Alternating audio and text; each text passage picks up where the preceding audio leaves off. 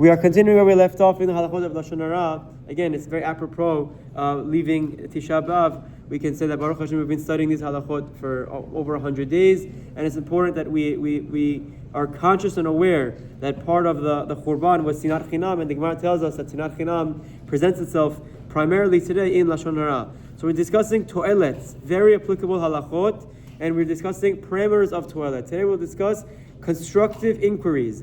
If one wants to find out about an individual before entering into a business deal with him, hiring him, or pursuing a shidduch with him or his child, he is permitted to inquire about him, even though it may lead to a negative report.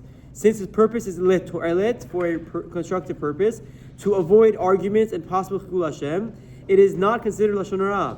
As with any Lashon Hara, the questioner may not believe any negative information gleaned as fact, rather he may be choshesh for it. So first and foremost, the halakha says that you're allowed to do your due diligence to protect yourself before engaging in a new venture or relationship. They bring down from the Chafetz Chaim that one should avoid inquiring from an enemy of the subject, even from one who merely dislikes him, such as a business competitor.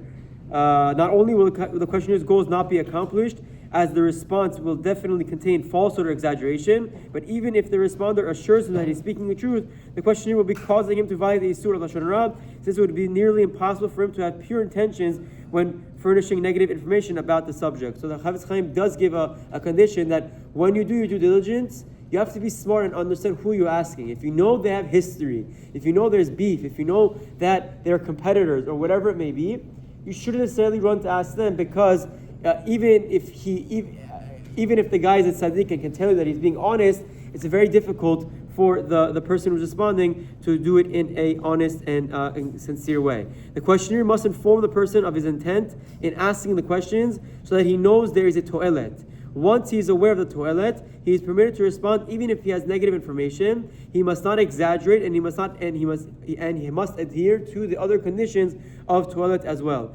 If the respondent was not informed of the permissibility nature of the discussion, the questioner will have violated lifnei iver, and the respondent will transgress the prohibition of Lashon Hara via his response, even if the questioner had pure intent and the information was indeed true. So the Chafetz Chaim explains that you have to be very clear and transparent why you are asking this information.